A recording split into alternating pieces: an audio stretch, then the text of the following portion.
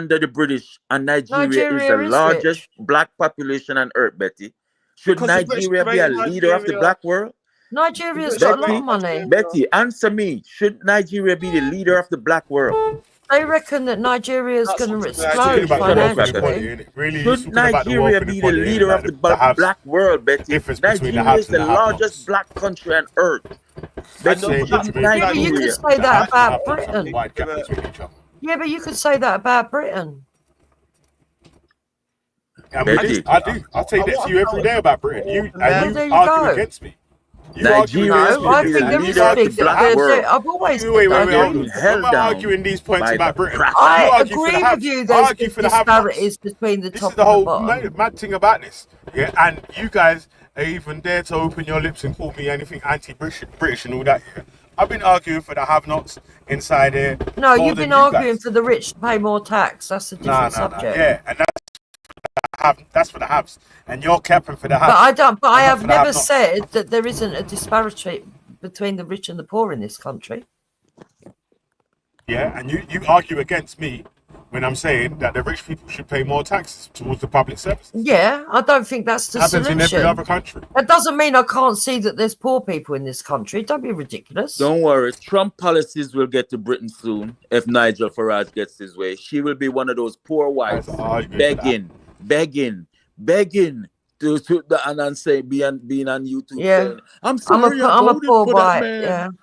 You are stupid. You're a poor white who vote against your own interests. Yeah. That's what you are. You love white supremacy more than your belly full. Yeah, That's I'm what a your poor problem white. is. How many holidays do you have a year? You poor whites make me sick. You know better than that. I bet know you not ain't to even just- travelled you out love of your America, whiteness have more you? than you love doing the right thing. I bet That's you what ain't your even problem travelled is. out of America. What? You? What? When was the last time you had an holiday and went somewhere else? Hey, yo. Hey, DJ Shoulder. Yeah. People in the chat This are trying to say Nigerian that queen, this guy. did you really ask me that? I'm One sec, good. you guys, yeah? Let's just say I'm Let good. me just chat to one guy in the chat real quick, yeah? DJ So, loads of people in the chat are trying to claim that this guy from Room for Debate is a guy called Crinkle or something. And I swear that this Crinkle, that guy, has jumped on and said some of the most racist shit. He's not even allowed on G Block anyway, yeah, because he got banned that a couple times or whatever. He don't even jump on no more anyway. But I swear he just jumps on and says racist shit. So, like, I want to know, like, because, you know, the first time I saw that video was on a recommendation. Is this guy Crinkle? Is that Crinkle that's in that video? You can carry on still, we'll type it out. Yeah, but I'm just gonna beg Betty, just ease off of the missionary. You trigger not only me, but a whole Yeah, bunch of always. I people. know he did. I You know. understand me? Because Betty, you're Catholic. Do you know what the term diversas mean? Betty. No, brother. Look up the term dum diversas, please. DUMDIVERSAS. So why are we crying about racism in the chat? The Catholic Church We've got a racist started on the our panel being misery, racist. Betty. The reason why the British are so spread out all over the place, and the reason why our history is in the British Museum, the Catholic Church. The Catholic Church once ruled Europe before the Protestants broke off, and you had the Catholic Protestant wars. Let me tell you something.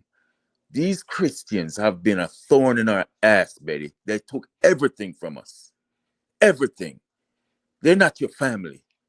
No, that's not. They didn't lob off your penises like the Arabs did. We are mixed with every tribe in Western Central Africa, plus the European, but we never claimed the European because he got there through rape.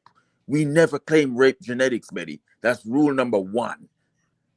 Well, they didn't lob off your penis like the Arabs did, and that's why you're still around today. Genetics, Betty. Can we go point for point, brother? Look, first you said that the Christians took everything, but the first Christians were a sect of Jewish people. We know that the Jewish people were Afro-Asiatic people, No. African Asian people. No, ma'am. Yes. No, ma'am. Hebrew, the Arabs, Did the you read the Bible? Afro-Asian people. Betty, did you read the Bible? Okay, let's bring up the evidence now. Did the Bible say you are of your mother a Hamorite and your Egypt stretches did the Bible right say into you Arabia? are of your mother a Hamorite and a Hittite? Afro-Asiatic. Let's bring it up now, bro. Betty, are Hamorites and Hittites Africans? The Semitic people are African Asian people. Betty, That is who they are. Betty, Don't give me the through it now, Semitic brother. talk. Yeah? Don't give me that. I'm Let's asking you go a through question. that now, brother. Are the Yeah? Hamorites, as in the Bible, Yeah. saith the Lord on high, are Hamorites, because the Lord on high say you are of your mother, the Hamorite, and your father, the Hittite. Okay. Are they So Africans? let's go through it, brother. Yeah? The Are they Africans? Afro-Asiatic people. Yeah? Betty, stop the Asiatic, look at this Afro-Asiatic one. It says nonsense. Afro-Asiatic Afro-Asiatic is a people. fraudulent The term. subgroups are Berber, Afro-Asiatic the is a Chadian, fraudulent the term. Cushite, the Egyptian, the Olmec, Betty, and the the Semitic Egyptians people. are Africans. So let's have a look Egyptians at who are are the Africans, Semitic Betty. people. Yeah? Egyptians are Let's have Africans, a look. Betty. They're all Afro-Asiatic people. No, So Betty. let's have a look. No. Chad. Asians have Who come are the into Chadian Africa. people that are Asians have come Afro-Asiatic? into Africa, Yeah? Betty. The Hausa But that don't make people them of Africans, Nigeria Betty. are Afro-Asiatic people. No. Yes, they are. No. Yeah? They No. in Chad, Cameroon, Niger, and Nigeria. Okay. Betty, Let's go that to is the people Semitic like you people. who gave away Africa, The Betty. Semitic people, It's what is people the like you gave away Arab, Africa to the people who Arab, did not belong in Amharic, Africa. Tigrinya, You're giving Africa away is your still like birthright, Betty. 99% Wait, black. You're What are giving you away on your about? Listen, birthright, Betty. wait. Yo, EIE, attack points only, man. Because, she's not giving you no personal thing or did it like so. No, but she's not it's saying gonna anything. fall out Because into me, I just try to tell her shouting that match and Afro-Asiatic get is wild a with it. fraudulent term. It's Yeah, a the free fraudulent spazzer term. man. The You can main argue points, word man. in Well point, Afro-Asiatic mate. is Afro. You're African. No, you can be mixed with Asiatics, but that don't mean you Afro-Asiatic. Yes, it does. No. These groups are Afro-Asiatic people. Afro-Asiatic people include the Hausa of Nigeria. Are you now going to tell me that they're not African and they're not black? Betty. This is brother, you need to have a look Betty. at what Afro-Asiatic means and the language groups. It's a fraudulent in term. Afro-Asiatic is one of the second biggest language groups and people in People Africa are mixed, after period, the Niger Betty. But let me Congo. ask you something. Is a This brother does Hausa not understand is a language Hausa group. a tribe or a clan? The ethnic group. They're And their ethnic roots group. are in Sudan and Africa. Egypt. They're in That is where the Africa. Hausa come from. Their roots Betty, are in is the their Nile culture Valley. an African culture? Their roots are in the Nile Valley, which Betty, is Sudan. just the answer me, no, man. Is their culture an African culture? Yeah, Afro-Asiatic. No. Yes. Because that's You why they're want it putting to be Afro-Asiatic. Asiatic. So You want to it, and I dispute think it's because you like Asiatic brother, men. do you want to You dispute want it to all be like the that? evidence that No. has been provided? No. The African scholars, the Congolese scholar, will talk about the Niger Congo. They came from There are the different Nile types Valley. of scholars, The Afro-Asiatic people came from the Nile Valley. Most So the of Nile Valley is what? Isn't that Africa? yes. So So why are what you is now your point? saying that they're not Afro-Asiatic people? So you trying to tell me So Betty, that let me ask you Afro-Asiatic something. people So just stop because at the Suez somebody, Canal? Is that what you're telling me? The Suez what culture Canal? did you? What culture For were you some raised in, strange Betty? reason, even Betty, though what culture were Egypt you today raised in? stretches into the Sinai Desert, are you trying to tell me mysteriously that all the Bible stores, Abraham and Moses, nobody went past the Suez Canal that wasn't there Abraham and 2,000 Moses were years not ago? real people, Betty. Betty, So now Abraham you're and saying, Moses well, were not if you're real trying people. to say these people are not real people, I can't say anymore because you No, just they're not. do not believe that. That's But nonsense. that's what I'm saying. You sounding real ignorant right now. I thought you went to school. You know what kind. Oh my God, Betty, you think Abraham and Moses are real people? Yes, I Honestly? do. Yes, I do. All right, do me this favor, baby, Betty. The next, after you get off the Wait, show sorry, today. pause. Wait, hold on a second. No, let me just hold make on. this Betty, one you point. believe that One point. Abraham and Moses are actual real people? Yeah, I didn't know that. Still.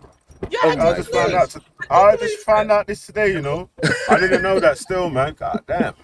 An All right, African yeah, woman. I'm gonna let you carry on the debate, innit? Cause I don't wanna. I'm An gonna leave you to African keep talking. woman thinks Abraham and Moses are real people. Yes, I Really? do believe that they're real people. Betty, after you leave the show today, go to your neighborhood library, okay? No, I and don't ask need your to. librarian I don't need if to, brother. the Bible Because those is people a are book my of history. ancestors. Ask Hausa the are my ancestors. librarian what section The of the Hausa are library my that ancestors. Bible is And in. those people are Afro-Asiatic people. Our ancestors came from the Nile Valley, which is Sudan and Egypt. And Which is because of the Africa. Arab invasion in 1300, that is when my Nubian ancestors So and you're Hausa making them ancestors fled Afro-Asiatic the same way the you're Nile making Valley. Betty, you're making them Afro-Asiatic the same way you're No, I'm making not. It's yourself. already been The same way classified. you're making They're yourself Afro-Asiatic English people. African. They're The same way you're Afro-Asiatic making yourself Afro-English, you're making them Afro-Asiatic, aren't you? Bring the evidence that the Hausa are not Afro-Asiatic people. Until you can do that, they're Afro-Asiatic. That's how it is. You cannot prove that they're The not same way you came on Afro-Asiatic YouTube people. and say you're Afro-English, and your logic is the missionaries came into Africa, notwithstanding how they came into Africa and what they did, the damage they did. You say you proudly said you're Afro-English. So that's the same way those people in the Nile Valley, those Africans in the Nile Valley who were invaded by Arabs, that's what made them Afro-Asiatic, right? No, Afro-Asiatic goes well back before the Arabs, because the Arabs are Afro-Asiatic people too. The founder of the Arabs is an Egyptian woman. So you're saying the founder of the Arabs is an African? Is that what you're saying? Yes, she is. The Arabs will tell you. I mean, she's called Haida, the founding mother of the Arabs. She came from Egypt.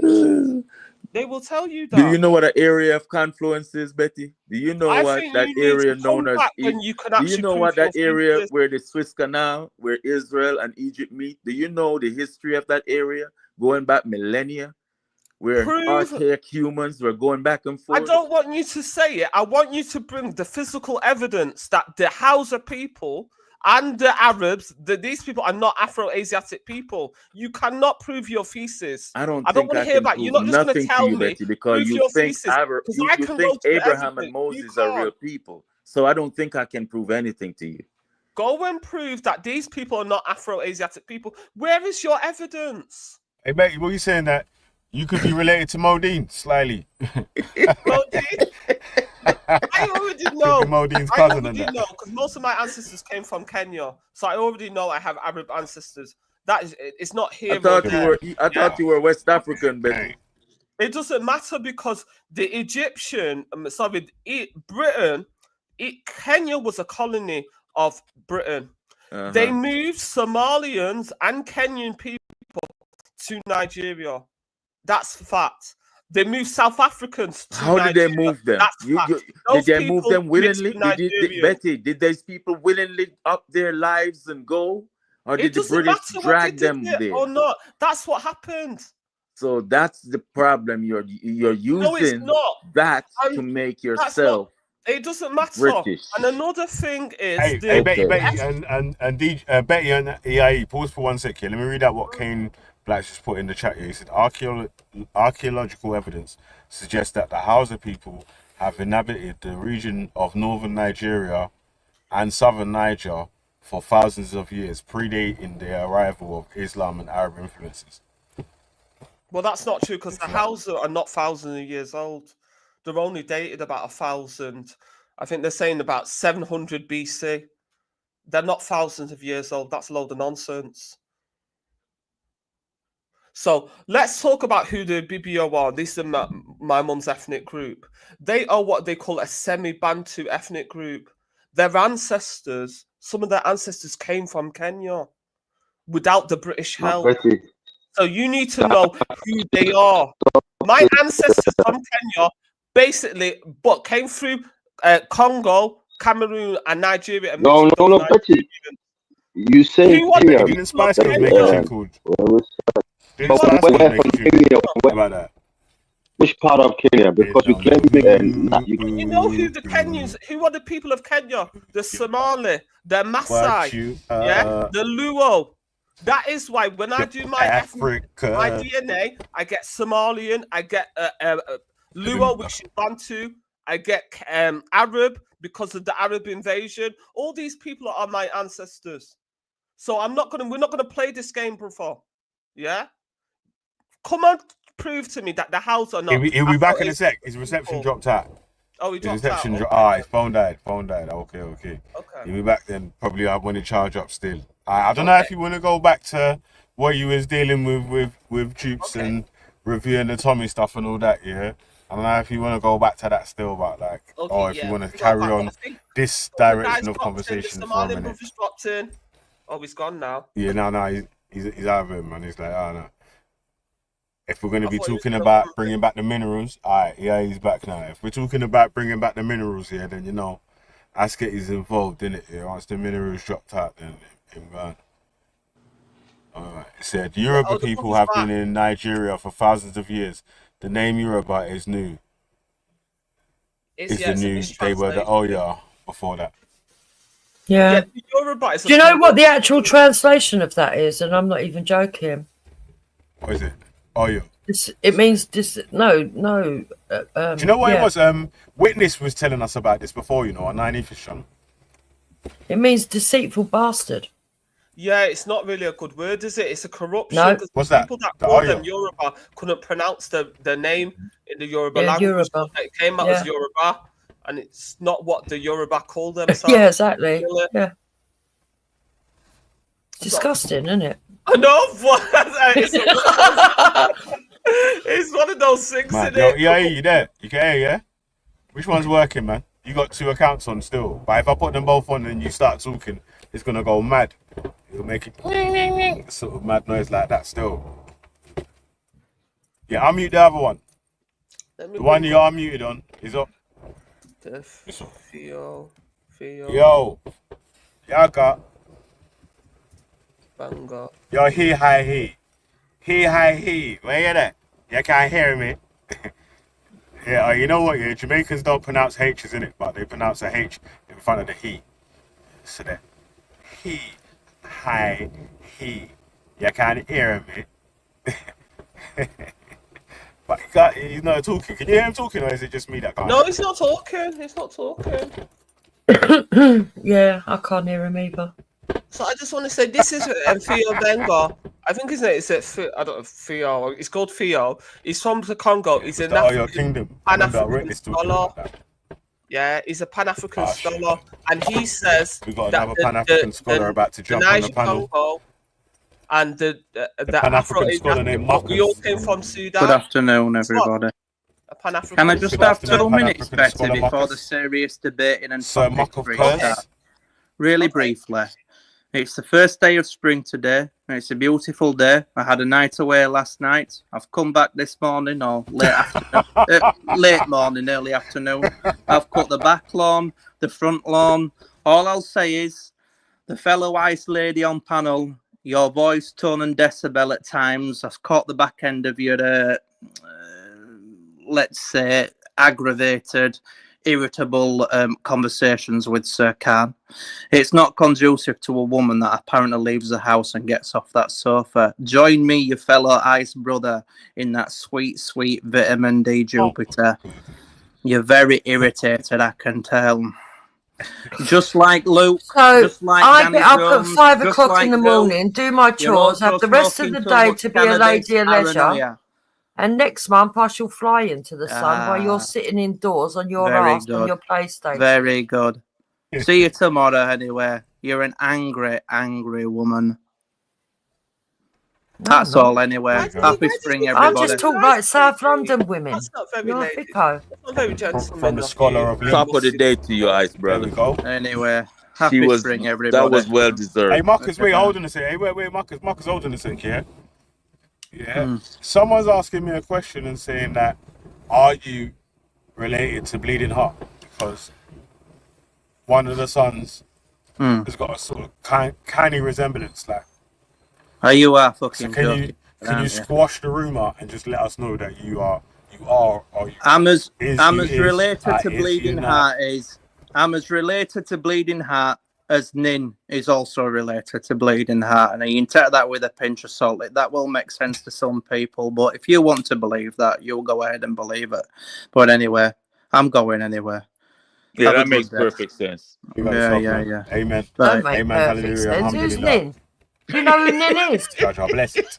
That's He don't even know who she is. I don't know who Lynn is anyway. But one second. We got one more lunatic. Lunatic number 3. What go on, buddy boy? What go on, buddy boy? Oh, what you still alive? Oh shit, you still alive? I'm still alive. I'm still alive. I'm still alive, Oh brother. man, shit, I thought you died last week, B. God Did you think I died last week? Yeah, man. Hey, how's Isaac, man? Well, he's not well right now. Right, He's not well right now. She's not well, yeah? Well, Isaac. Unbreak my heart. Oh, Free Tony Braxton. Isaac Is that Tony Braxton? Tony Braxton. Unbreak my heart. Yeah, man. Mash up her heart, innit? Oh, how are you doing? Heart get broke up. What? Huh? I'm about to fix. I'm about to go round to some gas boilers right now. You can't and sign smoke off. a big joint right next to the boiler. You can't. I'm going to smoke like 10 joints right next to the boiler, and then say, I'm going to write on the boiler. Why would you do Brian was here. $3,000 the boiler, you can afford it. Brian was here with no teeth and a pacemaker. 2, saying, 3, yeah, 4, 7, 6 yeah, thousand. I'll do the doors of the bingo hall. I'll do the doors of the bingo hall. Yeah, I'm hard as fuck, I am. I rob disabled kids. At least you've got the and I'm a bollocks. police At least you've got the bollocks to let me on. Fair play. Shut up, man.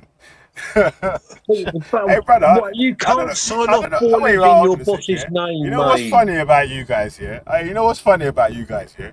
You guys really have real mental health issues here, because you're acting like I'm hiding or worried about any of you guys, but you guys would never come to any place that I am and stand in front of me and speak the same way you would. You know that I would say this shit to your face and slap the shit out of you. So I don't know what you got to do, man. Stop doing that, man.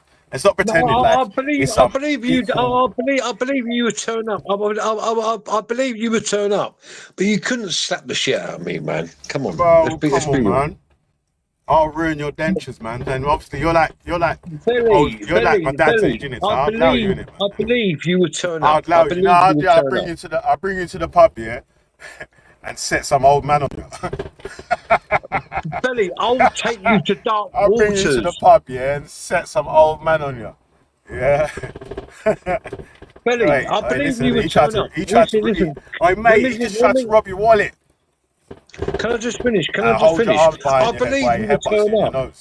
I would take you to dark waters, mate. Shut up, man. Hey, Brian, remember when you got raped? Hey, you over that now? No, it never happened. It never happened. We set that up. Me and Chartel set that up. Remember you got raped? I remember you got raped with a butt plug in a hotel. It never happened. It never happened.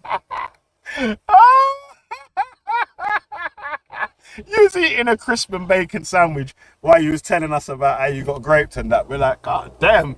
Hey, Brian, you all right, bro? You sure? Remember, you couldn't tell because that's another thing that you're a police informant for. You try to snitch on Chartel. Free Chartel, fam. No, you I fucking never informer. You love snitch too much, man. I'm not going to lie. You're always fucking snitching, man. You're always snitching. What, yo, first of all, you got bummed and then you snitched on the bumming. Allow that, cuz. No, listen, allow it. My brother-in-law is BJ Harrington. Hey, he runs accounts. Did Chartel pull your hair when she bumped you? That is a wife for that, cuz. Imagine that. Pulled your hair, slapped your body and stuck a dildo in your bum. Allow it. You mad? Billy. Oh my days. You're finished, man. Your gangster days are over. Well, listen, Billy, I've got a big thing going tomorrow. I've got Kevin Lane. Kevin Lane and Yami B on my channel tomorrow. You see Mecca Bingo. Please join. Bro, you're just you're a fucking bingo fucking cooler, bruv. Like, you got security at the bingo, like, trying to tell grannies they can't come in searching their little trolleys and shit, man. Shut up, bro. Ain't no fucking. Billy. 8 o'clock tomorrow. Stop calling out fucking Kevin's name as well. You're such an informer, man. Stop snitching. Friend. Yeah, bro, you're a snitch, man. I'm not a snitch. I got a recording of you calling yourself a police informant. Oh, I said that to you. Kevin Yeah. Lane is my So best friend. are you a snitch then? The MEB is coming on my channel tomorrow, 8 o'clock. Okay, alright, with Kevin man. Lane. From Woodhill Stop Prison. lying, man. Watch Stop tomorrow, lying. 8 o'clock. 8 o'clock tomorrow night. Yeah, on Mr. Incognito. Man, hey, you know what's mad, yeah? This is how far you went. You even took pictures of yourself tied up with fucking tights, with your arms and your hands tied up with tights to make it actually look like you. Chartel did that. Chartel did that. Chartel did that. You are what? Chartel tied your fucking things with fucking tights, and you couldn't break out the tights. You fucking feeble piece of shit. You couldn't get out the tights. She Yeah? drugged me up. She You're a drugged me up. weirdo, man. Billy. Shut up, man. She Billy. drugged you up. So you're saying it did happen then, yeah? So it did happen then. She drugged me up. Oh, Yeah, she suffocated. She suffocated me up with another guy called She pre-grappling. cloned me up. Shut up, you liar. You probably drugged her. How about Yeah. If anything, you probably drugged her, innit? What about if me and you shut meet up, man man. to man? You're not even a fucking man. You're half a man. You're a boy. You ain't no man about man to man. Shut up, bruv, man. You and Esau together don't even equal man. You're like 1/3 of a man. The shit out Yeah? of you. You know and Esau together combined make 1/3 of a man. You're like not even a fucking half a boy, man. You little dickhead. Shut up, bruv. Like, behave yourself. Hey, Brian, behave yourself, man. Smash the granny out of Behave you. yourself, I don't man. want to. You I are don't like want to. a Listen, I don't quarter of want a boy. to. You're not even fucking half a man. You dickhead. Billy, Shut up. Billy, can I Behave just finish? Can I just finish? Yeah, I will no, you smash can't. the Shut granny up, out of man. you. Shut up. Get out of here, man. That's some gay shit. Like, that's what people say when they're going to get some pussy. They will smash the granny out of it. Are you okay? Brother, you okay? Yo, it's not that party, cuz, man. No man to man Billy, I'll dancing give you around that when he left. She was begging me for a right. Yeah, alright, bro. Shut up, man. You can't know listen. I would smash You can't the granny even out of put, you. Hey, I'll put beat your them camera bigger on. geezers. Put your I'll camera beat on them and do bigger- 5 press-ups. Hey, put your camera on right now and do 5 press-ups. I'll do 50. If you can do 5 press-ups, if you can do 5 press-ups, then I'll give you my channel. You give me your channel. Turn your If I can camera do on 5 right now. press-ups. Yeah. You do Right, 5 I'll do press-ups right now on camera, yeah, and then I'll give you my channel. I'll let you have it. You promise that? You promise that, yeah? Yeah. Okay, I'll do it right now. I'll do it right now, mate. Go on, turn your camera on. Easy. Turn your camera on. Easy work. Turn your camera on. Turn your camera camera's on, on. mate. Yeah? My camera's Get on. around to the Yeah. press up. Get in the press up position and let's see you do these press ups. Okay, right, here we go. Right, here we go. 1, 2. I can't see you, brother, if you leave the camera in the air, can you, Mark? 4. Bro, what are you doing? The camera's in the air. You're a dickhead. You're a dickhead. Yeah, no. Listen, you're a liar, man. Imagine, that's how fucking useless this cunt is. He can't even do 5 press ups. He put the camera in the air. I'll do 50. Yeah? Look, he put the camera in the air and pretended like he was on the floor. Well, here we go. Dickhead. Alright, let's get back to what we were talking about, man. He's an idiot. You know, my man put the camera in the air and pretended to do press ups. I saw Netta. Hey, thing one I second, go let on. me put it back to normal screen, man, so he's not gonna see. You have the white man that do push up. Oh shit, he's there, you know. Fucking hell. Slapped him on the channel. Mad. That's some saw Netta shit there. Okay, we'll do a part 2 another day then.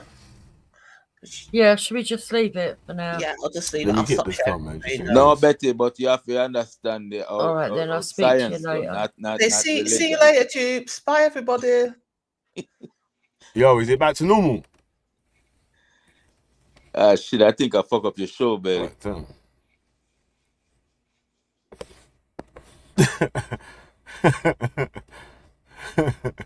All the white people gone. Call line the session, man. What happened, bro? What happened for you, man? I can't believe, I can't believe you said it. A bingo is security. Bingo security. Oh, shit. Carry on, man. Carry on. Yeah, but my brother, what you saying, man? Yeah, I was listening in, man. You know, earlier, I hope to, catch Sister Bay earlier, regarding, you know, the Nilotic and River Nile, I don't kind know of, you if you know, can in hear me, Hausa. you know. Can you hear me? Well, can you hear me? I can hear you. I can hear Yo, you. can you hear me? Yeah, it's calm, man. Can I hear you, can you bro. hear me still? You hear me? You can hear me? Yo, you can hear me, yeah? Who can hear I me? hear you, bro. I hear you, bro. I hear you. Nobody can hear me. I need that phone call on the panel, man. Yo. Anybody hear me? Can anybody hear me? We hear you, bro. We hear you, man. We hear you. We hear you.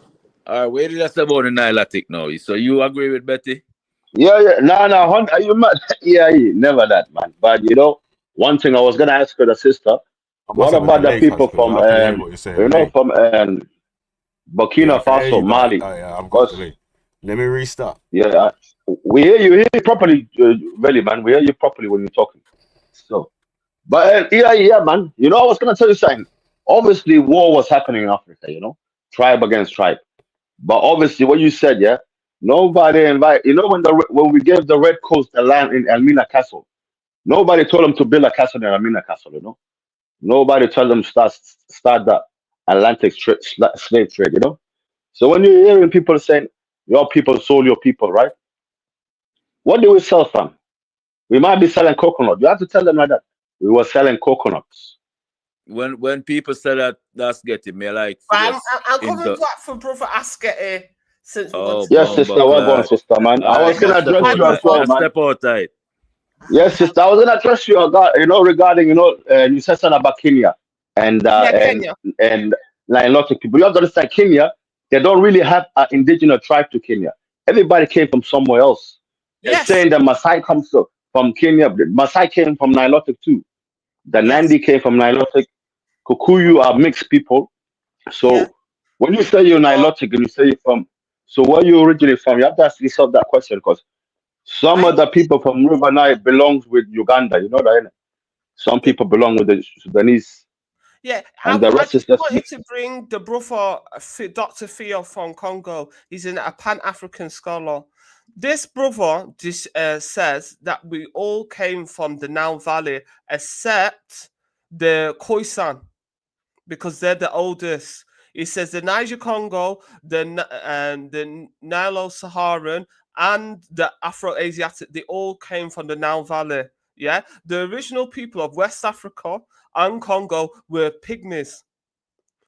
You know, the little tiny black people. I believe a lot of it, but he says the tall, the tall Sudanese, like all us tall Africans, came into West Africa. We came into the East and the Congo, and we wiped out. We didn't wipe them out because the pygmies are still in Cameroon and Congo. But I know that's true because I do have pygmy ancestry on my mum and dad's this was side. when I asked you, Bay, this the question I had to you earlier. You said something about the Hausa and what we saying, the Hausa are more related to the people from the Nilotic people, yeah, the Nile River people. No. So you could argue as well. What about the rest? This is the Hausa are put in Afro-Asiatic group, which is the group that your people come from, which is Somali.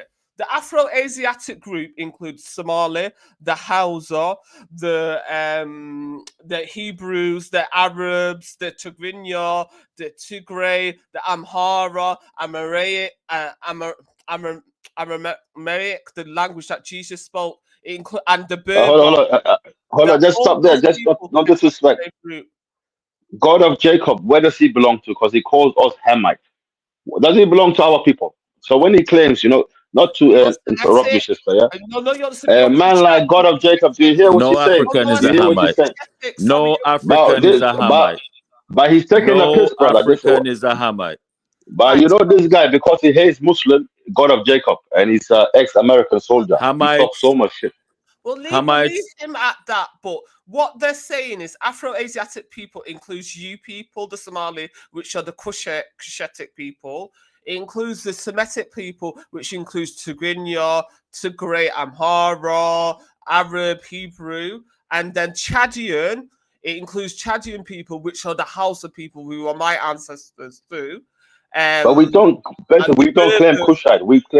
We don't claim too much Kushite. We claim more like, if anything, we claim Ethiopian side. We claim Abyssinia, because Abyssinia is kind of closer to the coast, you know, and the River Nile, you know, the whole of Africa. That's the region they're talking But about. Kushite is further away from. They're talking about like the language group that you're in. Like, so they're basically saying, the Cushitic people, they have different people that have come out of that. So the Somali are one, the Oromo of Ethiopia are one, two. They're just saying they have to label the people. All those people are what they call Afro-Asiatic people. But also, what you have to understand, those is people your culture African culture or Asiatic culture, ask Getty? So 100% African, brother, man. You know, you can even tell from even our dances, you know, even right now, you know, when you go to a Somali wedding, some Somali, now let me just say, some Somali, they're confused, you know, but when you go to a Somali wedding and if you start seeing them dancing, let me ask you something. And you look at that Pharaoh kind of dancing, you know, it's fine. The fact that you might be mixed with some people, but you're still African. 100%. No, let me tell you something. All African people are mixed. But what I'm trying to understand by earlier, nature, you know, all African. But that's what I'm trying to. That's why when I that's why when I say Betty, do you know what area of confluence is? Because right up there where Israel and Egypt meet, that's where all that mixing was happening between Africans and Dravidians and Neanderthals. You see but think about it. Look and at I'm it. not talking 400 years religion. ago, I'm talking science. So yes, look, might have mixing, but Africans are Africans, man. Not even that, brother. Look, right now we're about close to 2 billion people, African, and forget about the people altogether. Let's say even diaspora, 2 point sign, yeah, low 2 point signs. Only 400 years ago, we weren't even 500 million. You know that? We weren't even African people, black people, were all together. I think 500 million, less than 500 million. So even 200 million or 300 million. There's an so old saying obviously we all where mix. culture is king. And I'm going to deal with the skin color because skin color is determined by the environment you're in. Because you know the Nata Africans are going to be lighter. Brian wants to come in. He wants to come the darker Africans are going to be closer to the equator. You know what I'm saying? So the environment is why some Africans are taller and some Africans are shorter. It's the environment. But 100%, culture is always going to be king. But brother, you know, even though we haven't lived in the time of our ancestors, yeah. But today, what I've seen recently and on these channels and the whites, you know, this white power supremacy, this low IQ, you know, and inhumane, you know, this low IQ, yeah, this white supremacy, yeah. White supremacy has always been done, rude boy. Right now, brother, they're doing. No, hold on. What I'm seeing, they're doing the conquer and divide tactics that some of our ancestors lost in trusting them. You know, I've seen them. They always try to divide us in the middle. Right now, they can only do what we allow them to do, rude they're boy. That's attacking the Muslims, but black people have to ignorance understand. is why they're winning. You see, our ignorance is why they're winning. 100%. 100%. These people knocked us stupid for a couple 100 years, took our knowledge, took everything. We're trying to reclaim something, rude boy. These people, but how come, brother, they still know our weakness? Something from somebody and you know where everything is, and that person is trying to figure something out. You have all the advantage. You can sit there and laugh at that person until that person figure it out, and then it's no more jokes.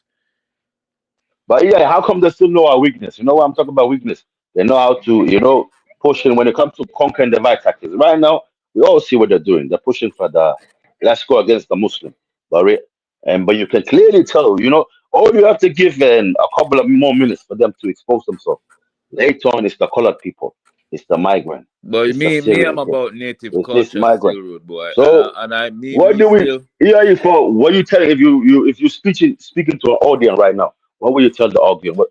Let me ask you a question. Let me ask you a question. Ask it. No bullshit. Go on, brother. Do you know anything about the old culture before Islam came? Not too much, but I do know. I know about something about the Kemet culture. Are there any elders in your community? Are there elders in your community who might know information before Islam came? 100%, brother. But at the same time, you have to understand, my people, they were kind of the following. You know, at the same time, you know why they go against, you know, the Kemet and these pharaohs, because our culture were kind of we used to worship God. You know, it was called the Wah, but the Wah we didn't believe it's the one God. we were thinking that God created, the water, like how different at the climate time. So it was not 100% pagans. We still worship, one God. We used to call it Wak, which is the same, the Kenyan people or some of the East African will still worship the Wak, So we kind of had a culture, but Yeah, it doesn't matter what you were worshiping. I'm just saying yeah. because every culture We have a follow the Jewish creation culture. story. Let's just say this: as Every soon as culture has a creation Jewish, story, we and became Jews. Asgeti, tell you the truth, I'm going back to the source, man. Skip all that bullshit. I respect everybody's thing. I do. I respect your thing. If Islam is But your brother, thing, I I respect respect your it. thing too, brother. Even though I But you burn know out what? Christianity, my mom is a Christian. You see what I'm saying? And I love my mom. But at the same time, I know what is going on, why my mom is a Christian. I've reached a certain level of consciousness. I don't fuck with that no more. But at the same time, I'm going 100%, back brother, me, 100%. personally, and I teach my kids that shit. You see what I'm saying? So Even me, brother, everybody has for to me make a too. decision for themselves what they're gonna do. Yeah. And that's No, why I came up 100%, here and brother. I asked Betty, don't do that, because really and truly, when you do that, How Betty, can you say that your mother's a Christian and you're trying to take me away from Christ? What a hypocrite! Go on, Betty, say it. Nobody can take anyone away from Betty, anyone. nobody can take you away from Christ, Come and Betty. say all Betty, you that need to nonsense listen. to your You're mother. listening. that you You're say not to me. hearing, Betty. You're not No, I hearing. have heard. I heard exactly what you Betty, said. you need to But relax and you listen slandering sometime, missionaries. You were trying to say Betty, that all Christian missionaries were bad, and Betty, that's my not mom true. is gonna die a slave. Do you know how much that hurt me, Betty? No, your mum. God bless your My mum. mom is gonna die died a in slave, Jesus. Betty. Don't say them type of I, things by about the your hook mum. and the crook, No, have your mum gotten gave off the birth to you. plantation. She's not going to Betty, die a slave. listen to me. Jesus is My going to save mom her. Don't be is talking a like that about your Christian. own mother. My mom is No, gonna die a calm down. That slave. you don't talk like that about your Do mother. you understand Your that, mother Betty? raised you. Your mother carried you for 9 months and birthed you. Now My don't talk mom like that. was a You can great disagree with provider, her a religion as an great adult, woman, but you don't and have my to mom insult is her. a great woman. But let me Thank tell you you. something. And she My is. mom raised me under slave theology, Betty. I know the No, Bible more than did you, Betty. it, man. Brother, you are free. You're My living mom your best raised me, life Betty. in You don't America. understand the journey of us, Betty. And Brother, that's do the you thing I'm gonna like understand with how you, people are dying to get to the United States of America? You understand Betty. that Who they are cares, Betty, man? Jamaican. Betty, Those people now, who are right now, you're dying to doing get to this the again. United States of America. The America guy, And the didn't go brother through is the giving you some transatlantic knowledge. slave You're trade, telling her Betty. about immigration. Brother, do Betty. you know that the That's Jamaicans why in people the like southern you, when states you of come America to America, putting you need sugarcane, to go listen to hatching people hell, like God of trying to get Jacob. that American dream, and Betty, you live But in I a will you know never, what you I see me, suggest to black people? EIE, Betty, I will listen. never go to America, even on Betty, holiday. listen to me One now. thing I Let me don't tell her go, something, ask it. America. You know what I You learned see about America, America? You the see black land of the people who devil come come. to America, Are you mad? they need Are to you mad? find I will never African go. Americans and go around. 100%. Because if African Americans don't tell you the history of this country, you're gonna talk like Betty. But God of Jacob, brother, you said something very interesting, brother. And brother, You see, respect for African your mother, man. Americans know No, where the Betty, this is bodies are very important. buried, literally in this country. Brother, I have something important to say, brother, and respect to your mother, man. I hope Do you know 100% the she goes African to Americans are my heaven, ancestors heaven. too? Betty, I one never second, knew that, Betty, brother. one My second, because African it's, American, no, but brother. this is very interesting, interesting point about the Okay church. then. We need to address this point because Betty, he said something important about his mother, yeah, and God respect her, Hopefully she don't go to hell, yeah. But brother, we have to address this. The white man, when you go to the church, what Bible did they read out of? Did they read the same Bible that says the black man is 3/5 of the human being? I said the one that has been Version the of the slave 13th Bible they give Amendment. we. They gave us No, the what I'm slave saying, Bible. after the 13th Amendment, so he has never changed, right? So, brother, I respect your point, and I My understand what you say. mother is on slave theology. Most of our mothers Yes, and I fathers understand in where you're coming from. America, in the West, in the Caribbean, are under So, is Christian that the slave Bible? Is this the theology. same Bible, brother, they're using? The one that said that gave them the right to enslave black people? Because they Right. said, look, the Bible is saying black people are 3/5 of the human being. You see, when Lincoln was signing the 13th Amendment, why will all of these Southern America and against the bill? Because they're saying the Bible says the Negro is 3/5 of the human being. They're not the same value as the white man. So my question is, brother EIE, are Black American when they go to church still praying for that Bible? What is it called? King James, whatever, King John. All Africans in the Americas do, brother. But that's a big shame, man. That's All a big shame. Africans in the Americas who And were this is on why, the brother, who were not on the trying to dumb change. diversus. The Quran is different from that. Remember, Quran is I 100% told you different. about dumb diversus that I wish Betty had looked up. Dumb diversus, when the Pope gave that decree, and that's why those ships sailed to Portuguese. The Portuguese went to East Africa, West Africa, and the Spaniards, they were trying to get to India. They got lost and found their way in the freaking Americas. And anybody who wasn't Christian, I know that anybody Bible, who brother. This is the wasn't same. Christian was put to the sword, raped, 100%, murdered, man. killed. Isn't it That the same Bible, decree brother, by the that was Christian wet? church, the Ellie, can Catholic you Church. share my screen for me, please? I want to show Betty, them. what do you think about that Bible, Show Betty? something That Bible about that enslaved your people in Almila Castle, since we're and on that church was slavery, can that priest was praying. The priest was praying on these white share my supremacy red coats to commit these crimes of Valley, enslaving their own Betty people. coming with sources. Betty coming with sources. Hold up. Valley, can you share my screen? In the interest of fairness, since we're talking about slavery, I want to show you the effects of the Arab slave trade on East Africa. You know, We know about the Arab slave trade, Betty. We don't deny it. We don't deny it, Betty.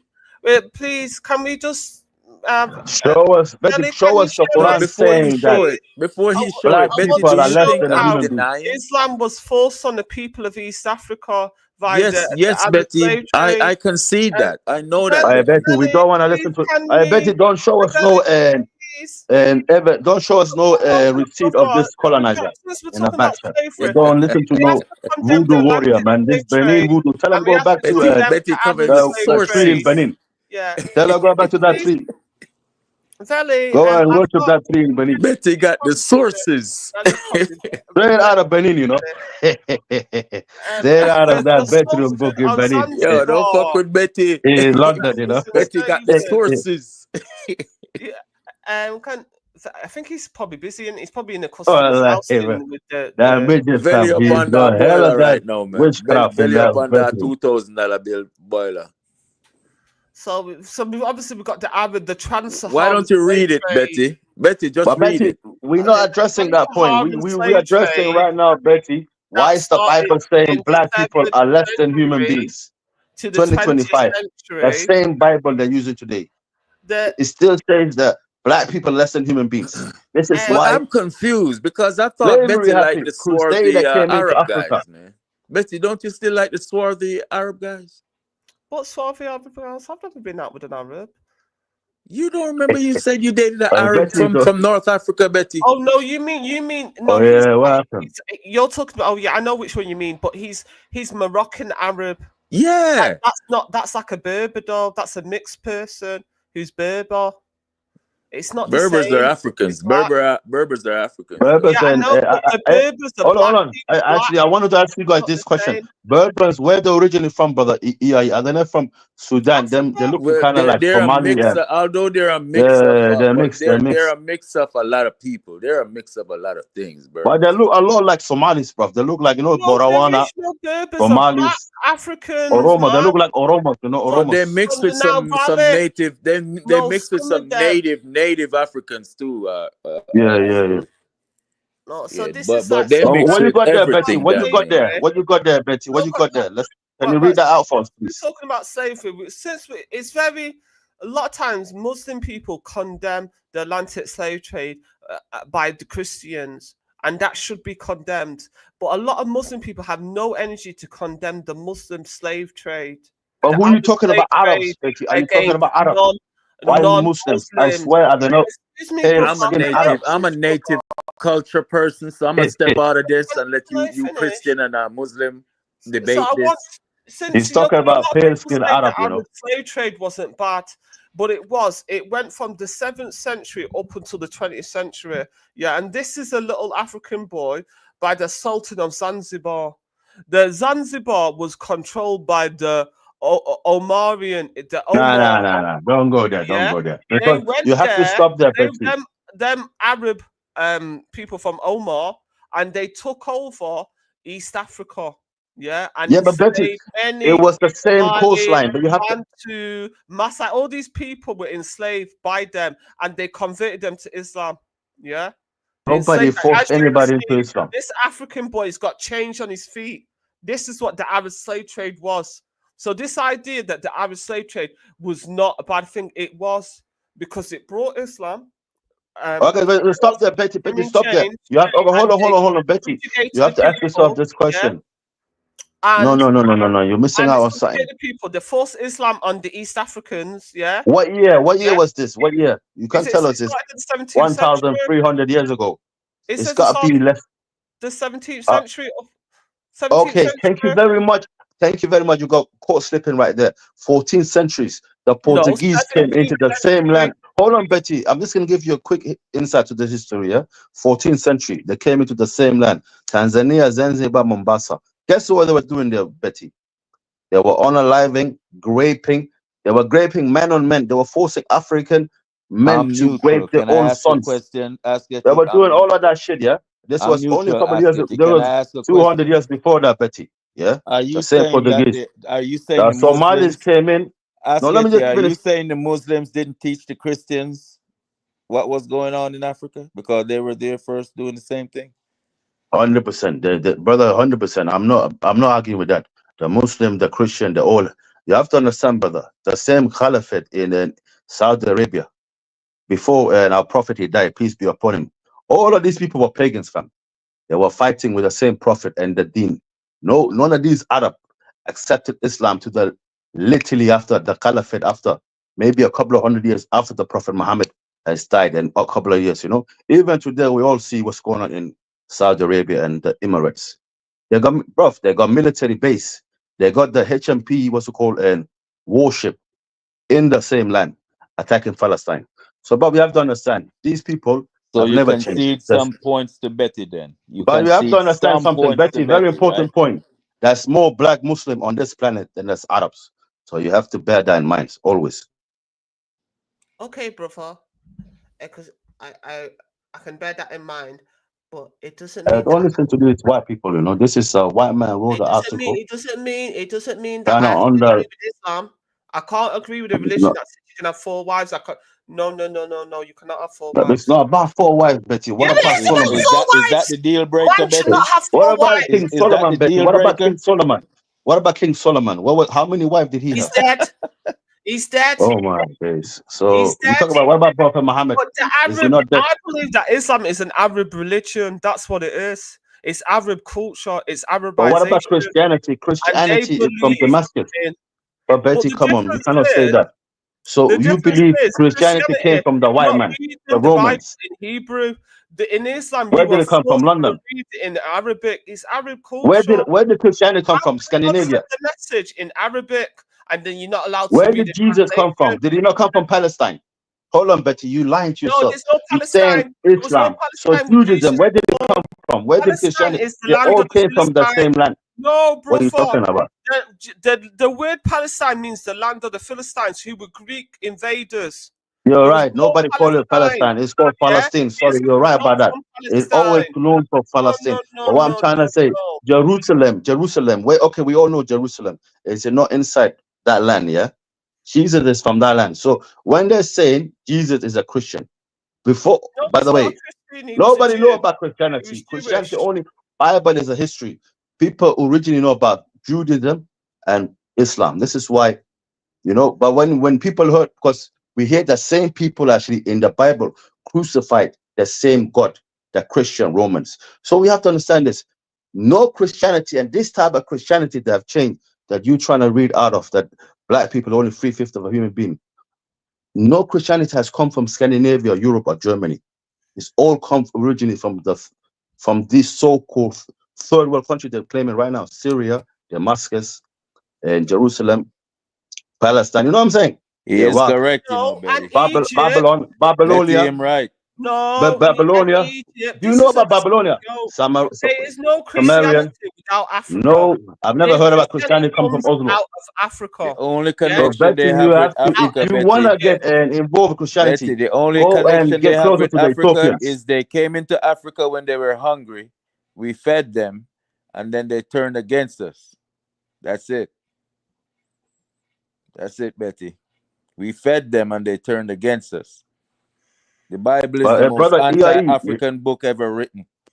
I'll get a short question, brother. You know when they were enslaving us and putting us in the Amina Castle, the dungeons, what kind of Christianity were they spreading when they were saying, you African are beastly people? Look, your God left you in the dungeon. Our Christian, our white God, our white Lord Savior, we are now celebrating eating bread. Constantine Christianity revised why by were they the doing Protestant that? Church. So why were they doing that? They were using Constantine Christianity revised by the Protestant Church to enslave us. That's it, bro. You finished it, brother.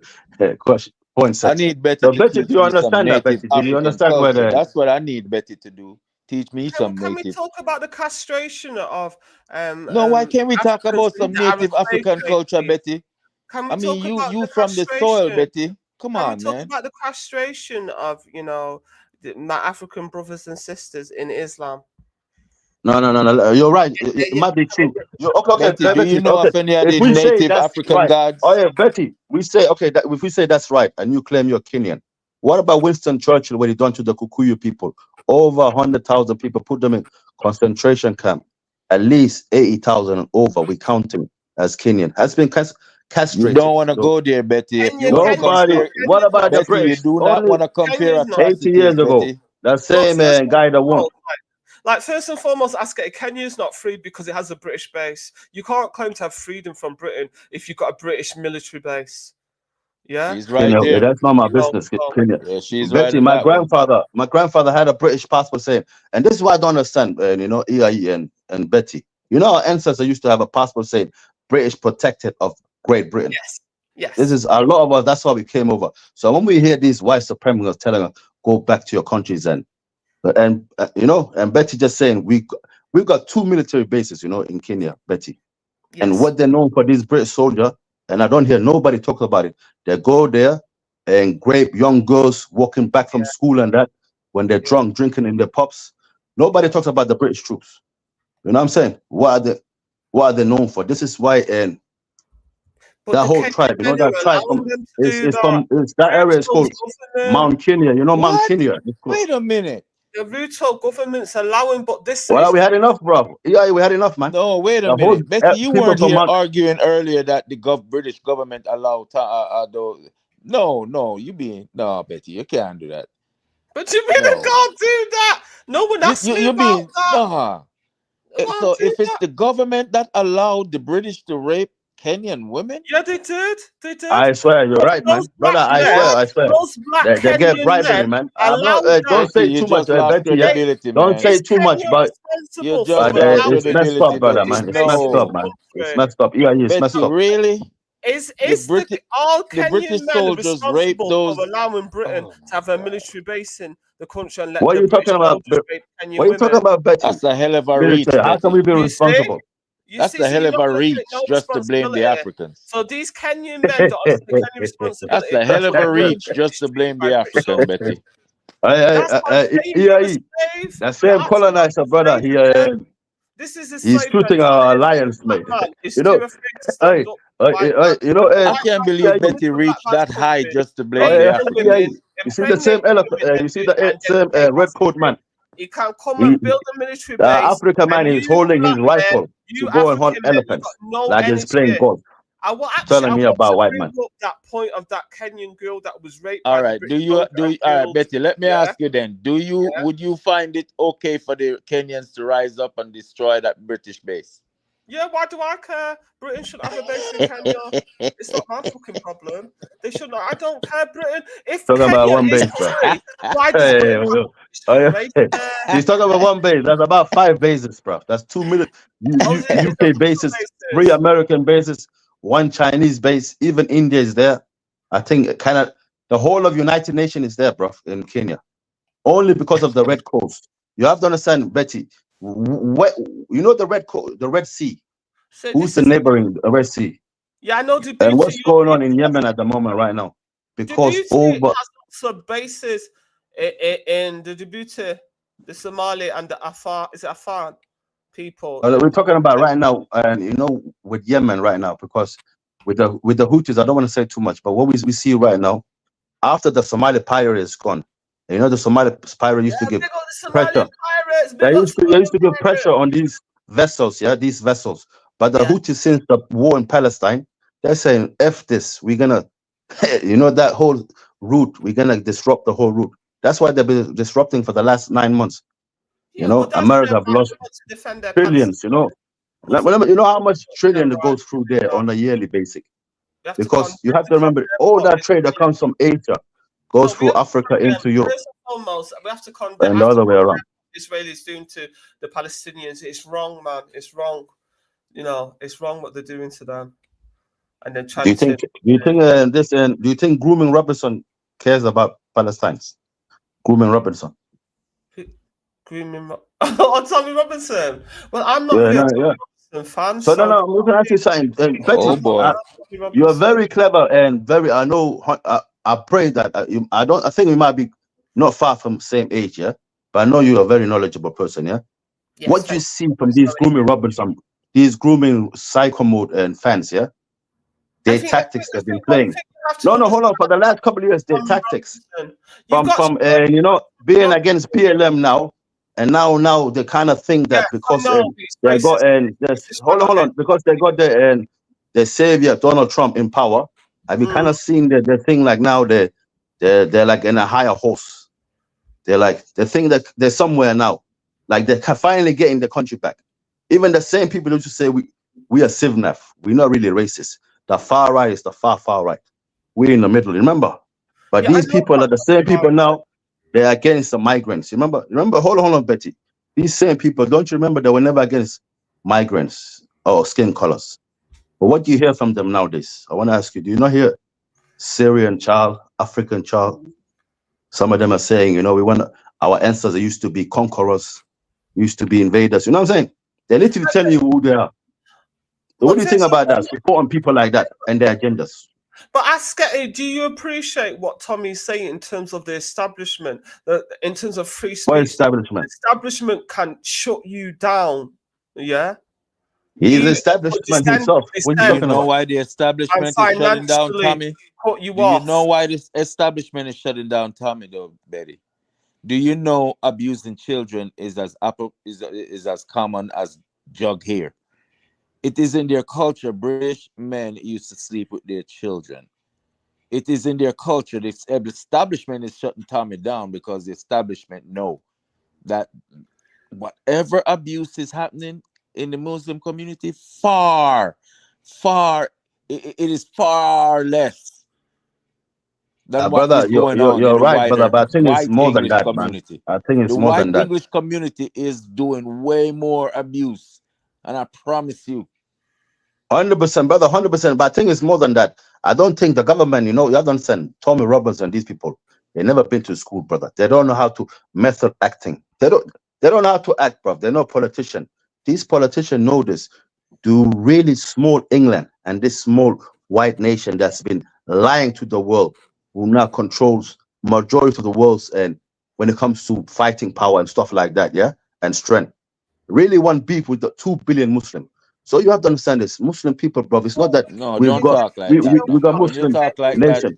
You make Islam sound like a military rather than a religion. No, it's not military. But what I'm saying, they're not stupid, brother. So they don't want to listen to Tommy Robinson. They don't want their people being hated for and being against Muslim people in general. No, but Tommy Robinson, this guy has to go to jail. He's in England, this guy is spreading hate. He's in England, and the law. Brother, he's a T-word. Himself is a T-word. Do Muslims? He's a national threat. Let me ask you something. Ask it. It's a national threat, brother.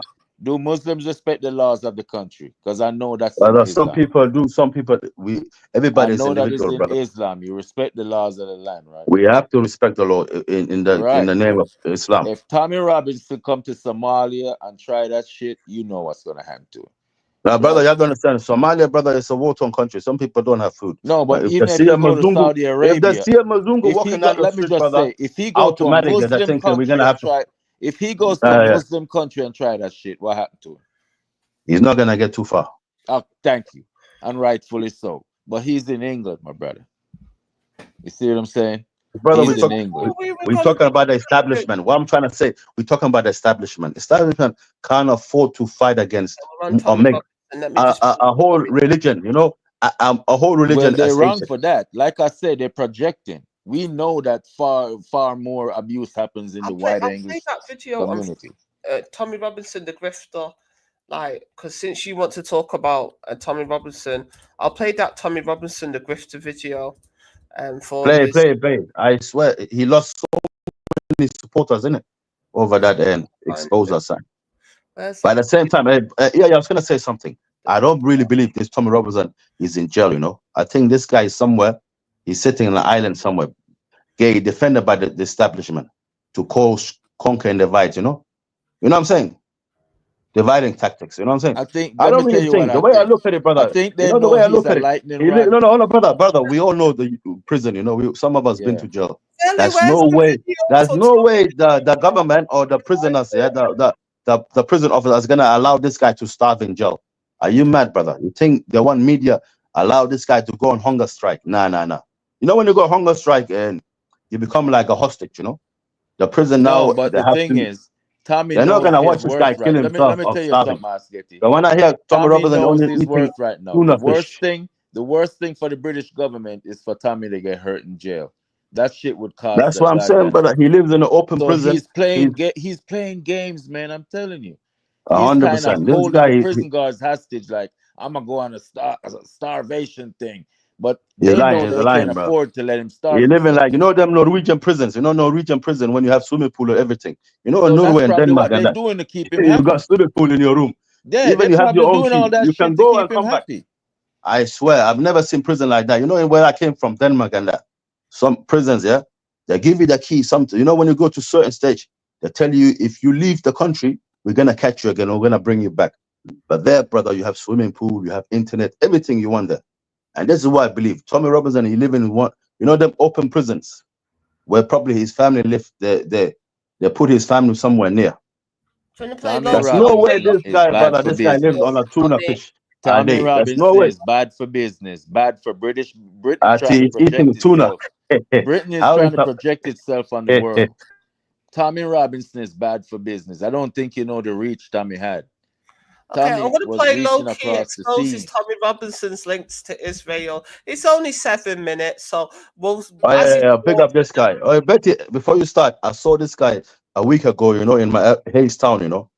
Well, he's a good guy, you know. Low key.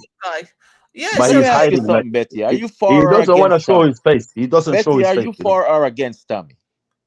And you know, I'm on the fence with him. I can see Oh, the point that he's no. talking about the establishment and how they're trying to get rid of free speech and they're attacking working class people. But I think he's a racist. When he went I've to beat up seen the many African, good, smart people supported Tommy over that free speech stuff. And I know, but I think he it was the also beat worst up the idea. African a migrant in Italy, and that Black Lives Matter rant. That's why I think I'm on the fence about Tommy. The truth is, the same right that racist has to speak all this stuff he's speaking is the same right we depend on. We depend Betty, on what those did same he call rights the Somalis? to What tell did what Tommy we're Robinson call going the through. Somalis? But the Future thing war is, veterans, yeah. What did he call us, the Somalis? He said something about the Somalis. There's something like I don't know. he's an idiot, man. He said something about the Somalis are a ticking time bomb for war. They're literally, he's an idiot, fam. Yeah. He's a lightning rod, he man. is. He is He's on a lightning rod. He's a See, closet. he's saying the Somalis are invaders, are ticking time bomb invaders in this country, Kula. No, but I the remember he irony said of a that, white man and using the Raspberry, word he said that to him invader. last time, you know, in the interview. The irony of a white yeah, man using the word invader, really. Oh, shall we play that? Shall we play that Rasper interview with Tommy Robinson? Man, he's an idiot, man. I don't like that guy. You know, young Spray, he you know ruined what, the yeah? interview. I I swear. got 2 videos in the back that are related to what we were speaking about earlier. I'm just going to post them now, yeah? Play the second one first because that's shorter. Okay. And then if you want, you can review that other one. Okay. Yeah, that's. I was going to ask you something before you go, brother, yeah? Remember that guy, the Muslim guy that used to be in Speaker's Corner with that and Bilal guy? You know, the Bilal guy with the short brother, that guy, he left Islam, you know? He's anti-Muslim now, you know that? Billy, now, oh my God. Billy from Billy. I like Oh Billy. shit. Man like Billy, you know. I bet you remember that Billy man run up guy. on Ali Dawa for not being strict enough. Oh And shit. then now the second time man ran up on Ali Dawa for being And Charlie's friend, actually man. Muslim. Ex and Charlie Oh, too. Billy, the ex-Muslim, the white guy. Bro, he's ex Adam Charlie. Allow it, man. Let's Not be that one. honest. Man. The second Yeah, one but first. he is Muslim, though, isn't he? But yeah, he was with Hey, the mate, play the second extremists. one first because this video is Oh, the kind of long. second one. Okay, let me just do the second one. Then. Moment. Morning, how you doing out there? Welcome to the channel. Hope everyone's fine and dandy. Spring is around the corner. I'm still suffering from this cold. I swear I have had the longest cold known to me. Let me tell you, I need to put out an important announcement to all my new adoring female fans I've acquired since I've started doing these videos. I can assure you, ladies, that I have every single tooth in my head. I have a full set of teeth. I would ask Gummy to cease and desist from spreading false rumors that I don't have any teeth. I can tell you I do. They're not quite Donny Osmond teeth, but not too far off it. And I don't know how that woman with our one snagglepuss tooth could tell me about having no teeth. So ladies, yes, I do have all my teeth and I'm not ginger. All right, on to more serious matters. So let's clear this up once and for all. There were no NDAs paid to any teachers. There was no money paid out. Let's continue. I can't see the figure because if I see the figure, it goes out. Because mate, 18. All right. So what you listened to there was a man self-snitching, dry snitching, who was supposed to have signed an NDA. He said to the whole world that he was paid £18,000. And that gentleman is Paul Kumar, who was not a teacher, by the way. He's touted as being a teacher, but he was not. He was a behavioural support officer. So let's continue and listen to Robinson spin more of his lies. I've just found out. Well, the head teacher's told us already that he was blackmailed and threatened. I've just found out of Kumar. All right, let's just stop that there for a second. Nowhere in that documentary did the head teacher say he was blackmailed. He was paid £18,000. Paid, he said, I can't say, I signed, I was paid. So paid what? He was paid money by the local council, so he can't tell the truth about what's gone on in that school. They've given everyone non-disclosure agreements, from school staff to governors. So, and Paul Kumar to get £18,000, he's not even involved. All right, hold on a minute. So if he's not involved, why was he given the 18 grand? And why are you snitching on him? An NDA is a voluntary agreement, but it is legally binding. So they could have took him to court for breaking that NDA. But obviously they didn't take him to court because he didn't really have an NDA.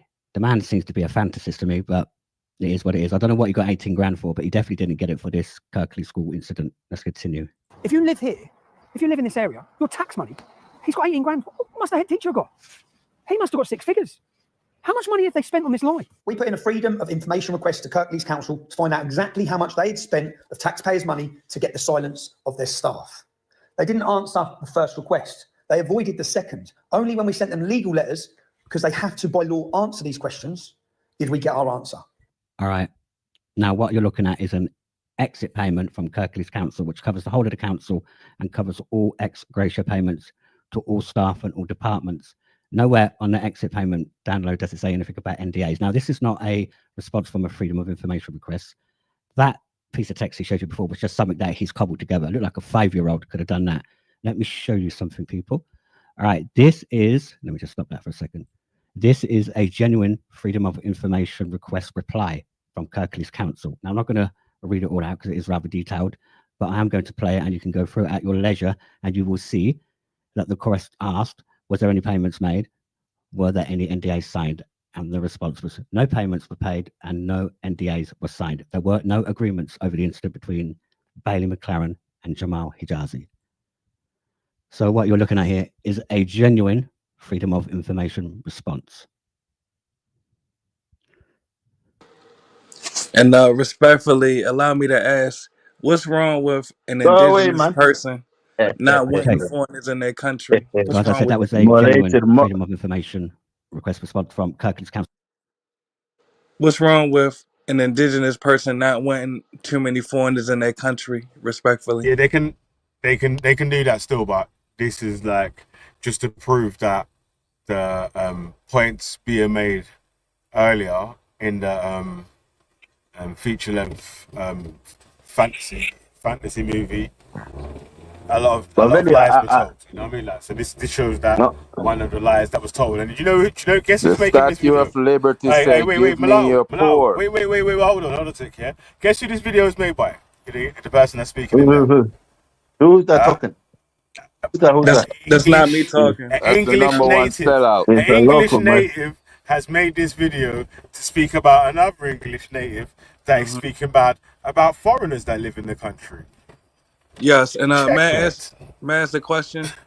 It's No, You're one from a second, country Belly. that It's says, not even give me that, your bro. poor, Oh, all right. give me we your know what weak, you're gonna ask. give one me mic your at a time, though. destitute. So shut But, your broke ass up. what One I'm mic trying at to a time. You're understand, from yeah. a country that said, give me your poor, give me your weak, give Is me that why? your Is that why you ran destitute. away from Jamaica to the U.S.? Why you Brother, run one away second, from brother. the black Let's community? just address this guy is here to. Why you run away from the black community, Belly. mulatto? Don't My start point is, chimping yeah, out. if Tommy Mulatto, Roberts why you with run all away of this from the black Bro, you got community? checkmated, man. Yeah, Yeah, bro. that's one second. One second. With You're Tommy putting Roberts with it all on, this evidence, why Yes, will he yes. sacrifice his freedom, bruv? And Veli, why would Tommy Roberts with all of this evidence, bruv? Yeah, and all of this coming out, why would he sacrifice his own freedom?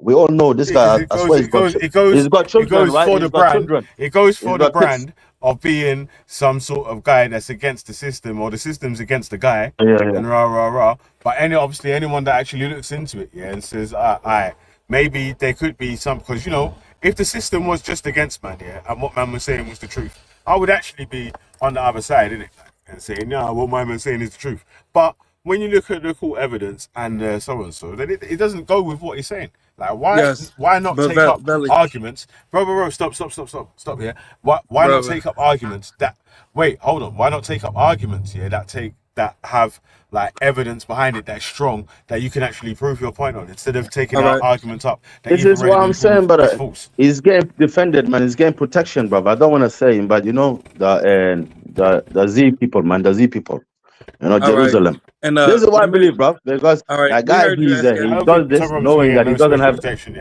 Because how does he? man's a He high knows he's profile going to prisoner, jail, innit? but he If carries on. If He knows he's hurt going in to jail. As a high profile prisoner, if you get hurt in jail and it goes into the news and it goes against your jail, innit? Like, so it's a riot. People that are running jails don't want that. Obviously, they don't want to get hurt or whatever. So they will put him in protective custody because his legal team has asked for it. Wait, listen, his legal team has asked for it, and it's what they are going to do to try to keep him safe anyway. Because once he goes to the thing, Bob, and says obviously he's going to have issues with Muslims, issues with this, that, and the other, they would tell him that, bro, we would advise you to not go on normal population and to go on the vulnerable prisoners wing, because obviously there's a lot of Muslims in the jail that you're about to go into, and we can't guarantee that you won't be attacked at times when we don't know who's where. So isn't that a reason? That he should be against immigration to his country if he can't even get locked up and be safe out of fear of being attacked by foreigners? No, asshole. Checkmate.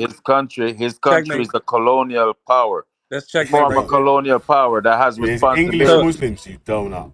So does that mean that he His country is the country that you gotta run. most of Hold on, these you acting like Checkmate monkeys yourself. right now. You acting like monkeys right now. Is Muslims a certain ethnicity and a certain? Let me respond to that. Let me respond. No, Belly, you remember this? It was all about Muslims. Only like 2 years ago. Let me answer his question. 2-3 years ago, this far right was only about the Muslims, but now it's about immigration. Now it's about the majority. Englishman care about his country. What happened, bro?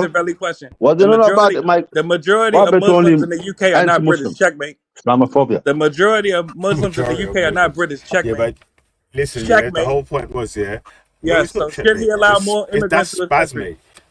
That's spasmate. Yeah, you're running. Saying, No, you're not. Make your point. I'm gonna make mine. He ran from the black community. The point is that there's that there's English Muslims in the UK or a minority. Yes, checkmate. Muslims. A minority. So checkmate. What? Yes, a minority. So the question is, checkmate. There's English Muslims, you don't know. So they're a minority. Checkmate. Muslims. They're a minority. Checkmate. Muslims is not. They're a minority of the Muslims in the UK. Checkmate. Hey, bro, hold on. Yes. Where are you from? First of all, Mulatto, are you from Missouri? You from Missouri? He's from nowhere, man. He's from Coonville. Where are you from? Arkansas. He's from Coonville, man. I'm telling you, he's from Coonville. That's it. North Carolina. Are you from the jungle? Checkmate. Y'all from the jungle? From North Carolina. Y'all from the jungle? Raccoon Street. Y'all from the jungle? Other side of the Mississippi. Where's the jungle? Where's the jungle? All right, you're monkeys. But one mic at a time. Whereabouts is that? The point is this. When in your countries, let's talk about your house school, man.